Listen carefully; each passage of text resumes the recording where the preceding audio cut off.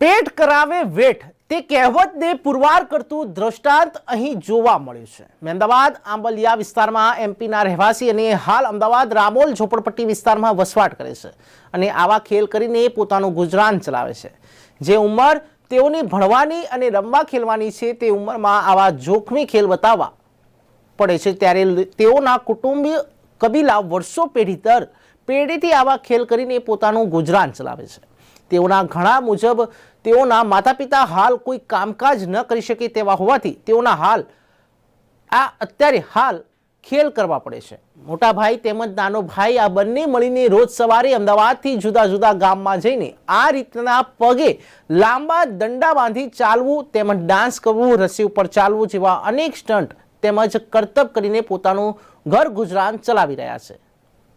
हाल આપણે અહીંયા આગળ કહી શકાય ખાતરેજ જેવો દરવાજાની બહાર આ એક વિસ્તારની અંદર દેખી શકો છો। આપ દ્રશ્યોમાં આપણે બતાડ્યું કે પેટ કરાવે વેઠ એટલે પેટ માટે શું કરવું પડે છે એ પરિસ્થિતિ આપણે દેખાડ્યું છે મેં આ દ્રષ્ટાંત દ્વારા કે નાનું બાળક જેની ઉંમર હજુ આપણે ખાસ બહુ હશે બી નહીં અને આ નાના નાના ભૂલકાઓ જોઈ શકો છો એમને મનોરંજન કરવા માટે અને બે પૈસા કમાવા માટે સાજનો રોટલો રળવા માટે આ કેવી મજૂરી કરવી પડે છે। લોકો મજૂરી તો કરે છે પણ એના કરતાં બી આ કંઈક અલગ જ કહેવાય કે પોતાના ઉપર જીવનું જોખમ કરીને આવા ખેલ બતાવવા એ કોઈ રમત વસ્તુ નથી। આપ જે વિદ્યાર્થીને જોઈ શકો છો આની ઉંમર બહુ ઓછી હશે, ભણવાની અત્યારેની ઉંમર છે, આ છોકરાઓ જેવા છે નાના નાના એવી મોજશોખ કરવાની ઉંમર છે પણ આ પરિસ્થિતિની અંદર એમના ખેલ કરવો પડે છે, એક મજબૂરી છે અને કહેવાય છે કે પેટ કરાવે વેઠ। પેટ માટે આ દુનિયામાં માણસને બધું કરવું પડે છે અને મોંઘવારી એટલી બધી માજા મૂકી છે કે અત્યારે આવા નાના નાના ભૂલકાઓને પણ આ પરિસ્થિતિનો સમય આવી ગયો છે। તો આપણે અમને જ પૂછવાની કોશિશ કરીશું ક્યાં નામ है कितने टाइम से ऐसा खेल कर कितनी उम्र हो गई? आप जैसे ये खेल कर रहे हो शरीर को आड़ा टेढ़ा करते हो जैसे जोखम वाले खेल करते हो कोई डर नहीं लगता? अच्छा, आपके परिवार में क्या कौन कौन से हैं? परिवार में कौन कौन है? कौन से गांव से और कौन से स्टेट से आप? मध्य प्रदेश।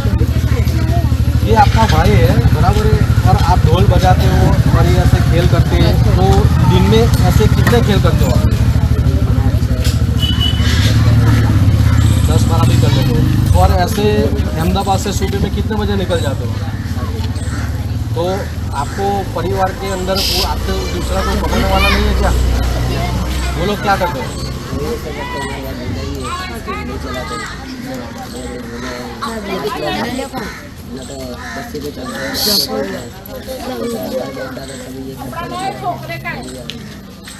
तो आपकी ये जो पढ़ाई की उम्र है बराबर है, ये मौसम की उम्र है, छोटी उम्र है, तो इसके अंदर ये सब करना कैसा महसूस कर रहे हो?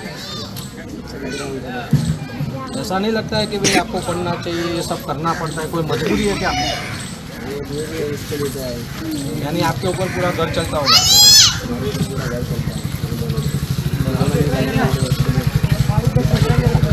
आपके घर में कितने लोग हैं? पूरा परिवार हमारा अलग अलग है।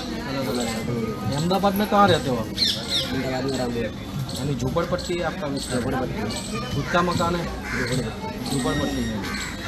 તો જોઈ શકો છો દર્શક મિત્રો કેવી પરિસ્થિતિ છે। આનું ખરેખર એક દયાજનક વસ્તુ છે કે જેની ઉંમર અત્યારે રમવા ખેલવાની છે, ભણવાની છે એ લોકોને આજે પોતાના પેટ માટે આટલું બધું સાહસ કરવું પડે છે। પણ ઠીક છે, કહેવત છે કે ભાઈ સૌને કુદરતે એક કરામત એક આવડત આપી હોય છે। એમનું સમગ્ર પરિવાર એમનો સમાજ વર્ષોથી આનું આ જ કામ કરે છે। એ લોકો આ રીતના નાટક કરતા હોય છે, આ રીતના ખેલ કરતા હોય છે, રસ્સી પર ચાલવું, આ રીતના ખેલ કરવા, જોખમી ખેલ કરવા।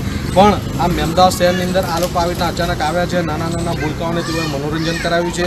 કોઈક એમની મરજી મુજબ કોઈક 10 રૂપિયા આપે છે, કોઈક 20 રૂપિયા આપે છે, કોઈક 50 રૂપિયા આપે છે, કોઈક રોટલી આપે છે, કોઈક લોટ આપે છે, કોઈક જમવાનું આપે છે।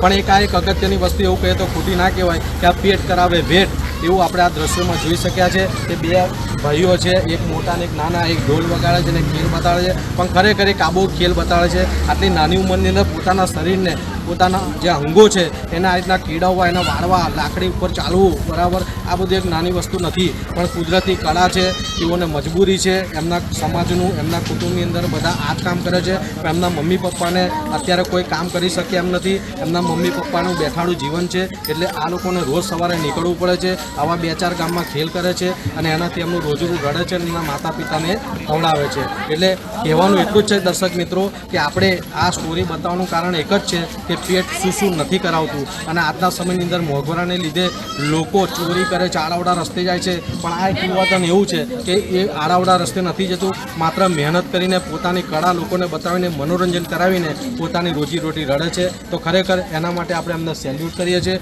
અને ખરેખર એક ગૌરવનું કામ છે. News for India, Virang Mehta, Mehmedabad.